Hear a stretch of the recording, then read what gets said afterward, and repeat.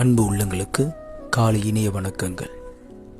எங்களுடைய போராயுதங்கள் மாம்சத்துக்கு ஏற்றவைகளாயிராமல் அரண்களை நிர்மூலமாக்குகிறதற்கு தேவ பலமுள்ளவைகளாய் இருக்கிறது.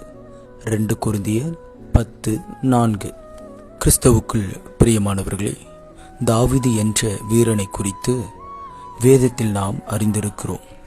அவன் தேவனால் தெரிந்து கொள்ளப்பட்டவனும் ராஜாவாக அபிஷேகிக்கப்பட்டவனுமாயிருந்தான்.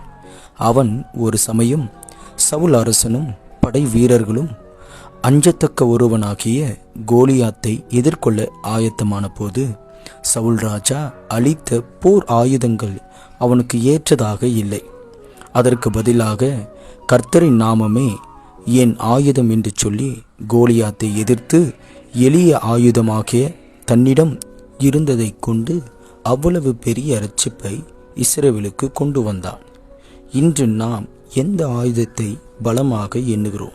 நம் மாம்சத்தை பலமாக எண்ணாமல் கர்த்தரின் நாமமே பலத்த துருகம் கேடகமும் அருணமாக உள்ளது என்பதை அறிந்து கர்த்தரில் நம்பிக்கையாயிருந்து ஆவியில் பலன் கொண்டு ஜெயிப்போம். கர்த்தரின் நாமமே வல்லமையுள்ளது.